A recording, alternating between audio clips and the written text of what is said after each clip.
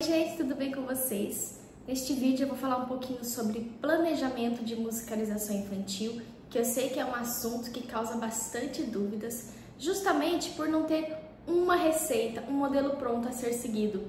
Então, no modelo tradicional de ensino da música, cada professor tem a sua liberdade de criar o seu planejamento. Só que existem princípios, que ajudam a gente a organizar este processo que é a musicalização infantil. Essa dica que eu vou dar nesse vídeo é para vocês trabalharem com crianças a partir dos 3 anos de idade. E este modelo que eu vou trazer para vocês, esse passo a passo, eu não aprendi em nenhum lugar específico. Na verdade, é uma junção das minhas experiências ao longo desses 10 anos de ensino que eu trabalho. Um dos pilares importantes é a gente definir, a nossa faixa etária e entender quais são as necessidades cognitivas dessa área. E hoje eu vou trazer esse planejamento, essa dica para crianças a partir de 3 anos de idade. O que eu costumo fazer com as minhas aulas é trabalhar meses temáticos, porque eu sei que as crianças precisam de repetição para dar tempo do cérebro delas processarem aqueles estímulos, assimilar e absorver, para que assim elas consigam imitar, reproduzir, aprendam de fato, e não cada aula levar atividades diferentes, porque isso não dá tempo do cérebro absorver aquele conteúdo que você quer passar. Vamos supor que eu quero trabalhar altura sonora, sons graves e agudos. Um mês ali tem 4 semanas, uma aula por semana. Se cada aula dessa semana eu levar, por exemplo, altura, na outra eu levar intensidade, na outra semana eu levar duração, qual que é o tempo que eu dei para esse cérebro que está em desenvolvimento realmente absorver e assimilar o conteúdo? Então eu prefiro trabalhar um mês, as 4 semanas do mês, o mesmo conteúdo.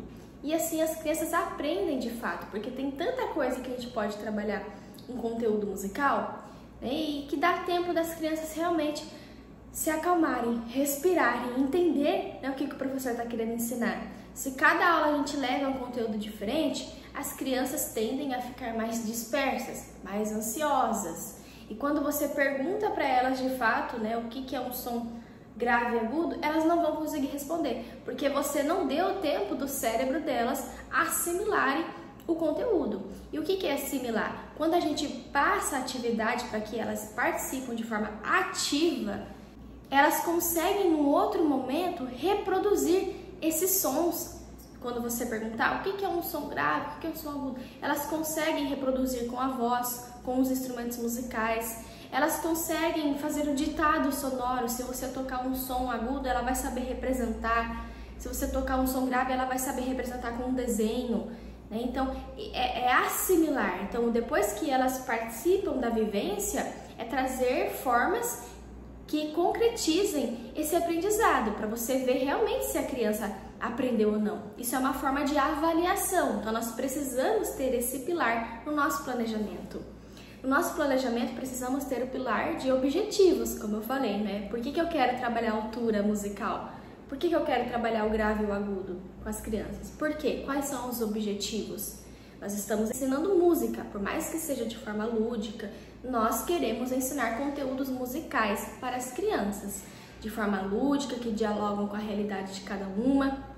Um objetivo legal para a gente colocar no nosso planejamento é fazer com que as crianças reconheçam diferentes alturas sonoras, como o grave e como o agudo. E fazer com que as crianças aprendam a reproduzir estes sons, que elas reconheçam, além de ouvir, que elas saibam reproduzir, fazer esses sons, o grave e o agudo, seja com a voz, seja com o corpo, seja com os instrumentos musicais. Nós queremos desenvolver nas crianças a percepção auditiva, para que esse ouvido fique mais aguçado, mais apurado, que as crianças tenham liberdade de criar, que as crianças saibam fazer sons entre elas, que as crianças saibam parar para ouvir, fazer o silêncio. O silêncio faz parte da música. Olha quantos objetivos nós trabalhamos com um tema apenas, Que as crianças consigam desenvolver a concentração. para parar, para prestar atenção no que a gente está contando para elas, cantando para elas, que elas consigam perceber os sons das músicas. E não só gritar e gritar, porque é o desafio, né? Muitas crianças juntas são agitadas e é o natural. Só que com a aula de música é a gente trazer elas mais para o presente, desenvolver essa concentração que é pouca ainda na educação infantil. Mas quanto mais a gente estimula elas a aprenderem a parar, silenciar para ouvir, essa concentração vai aumentando gradualmente. Pode fazer uma canção de recepção para receber as crianças em sala, fazer uma canção de foco, de interação, para dar tempo delas entrarem para a aula, entrar no momento presente, porque às vezes as crianças chegam agitadas para a aula de música. Então faça uma canção para acalmar elas, para dar as mãos, para fechar os olhos, para respirar, alguma canção que traga elas para o foco. E daí a gente vai entrar na atividade central deste tema. Qual que vai ser a sua atividade central? Vai ser uma história sonorizada sobre sons graves e agudos? Vamos supor que é o leão e o passarinho. Você vai contar essa história, fazer sons com instrumentos, ou na primeira aula a gente só conta a história. Numa segunda aula, uma repetição com variação, a gente traz instrumentos que representam sons graves do leão, né? E um som agudo do passarinho. Geralmente aqui eu uso o próprio piano para fazer isso também. Então essa é a atividade central, bem objetiva. Você pode contar uma história ou fazer uma música que tem a ver ali com os sons graves, sons agudos. No próximo tópico a gente pode fazer atividades complementares, ou eu gosto de dizer atividades de fixação de aprendizagem, onde a criança vai fixar esse conteúdo que a história quis passar. Então a gente vai complementar com outras atividades e fixando esse tema grave e agudo. Então, nesse tópico, a gente pode colocar músicas que têm a ver com sons graves e agudos, brincadeiras com o corpo, onde a criança pode relacionar o grave com o agudo, por exemplo, fazer a brincadeira de tocar grave no piano, as crianças andam agachadas. Quando você toca no agudo, as crianças têm que andar na ponta do pé. Eles gostam bastante e é ótimo para reforçar essa percepção de altura, literalmente, né, com o corpo, não só pelo som, mas quando é grave o som é baixo, quando é agudo é lá em cima. Então, trazer as vivências para o corpo. Outras canções que vocês conhecem que vai reforçar o som grave ou agudo. E depois a gente pode entrar para a parte de leitura, ler fichas, onde a criança pode associar a altura. Então, eu vou até indicar aqui a Elaine de Arte Melodia Shop, tem o Instagram dela. Ela vende fichas para trabalhar essas propriedades sonoras. Então, eu não tenho aqui, mas eu vou mostrar de uma outra forma que vocês podem fazer se não quiserem comprar. Peguei essa ideia rapidinho para vocês verem. A criança vai ler agudo, agudo, grave, agudo, grave, agudo. E como a gente pode fazer na voz?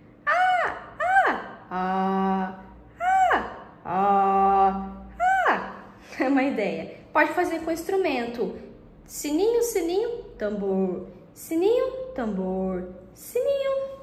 E daí pode deixar ela compor essa forma também. Eu tenho várias borrachinhas, eu deixo as crianças pegarem.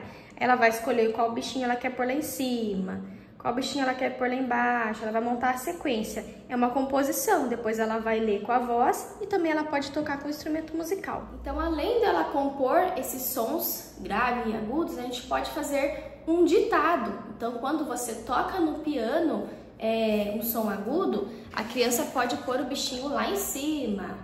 Próximo som, foi grave, a criança põe o bichinho lá embaixo. Você pode fazer quadrados, riscas, para separar um do outro, porque a criança não tem muita percepção espacial ainda. Às vezes ela não consegue compreender, né? Ela quer colocar tudo no lado do outro, ou tudo fora, assim, da ordem. Então é legal você, às vezes, também trazer em quadradinhos separados, ou separar numa risca, né? Para a criança conseguir escrever o ditado que ela está ouvindo. Escrever, no caso, a gente põe um bichinho, ou pode pôr massinha, ou pode pintar, né? E uma outra forma de registro ainda é a criança pintar os animais que fazem sons agudos e animais que fazem sons graves. Depois que a gente faz essas atividades complementares, a gente pode fazer uma atividade de relaxamento para desacelerar elas e cantar a atividade final, que é o tchau. Então, vocês podem ver que tem muita coisa que dá para fazer durante um mês, né? Não é uma aula que eu vou fazer tudo isso que eu falei. É uma aula por vez. Então, eu vou organizar certinho para que as crianças consigam realmente entender esses sons graves e agudos e essas atividades complementares que vão fixar o entendimento da criança.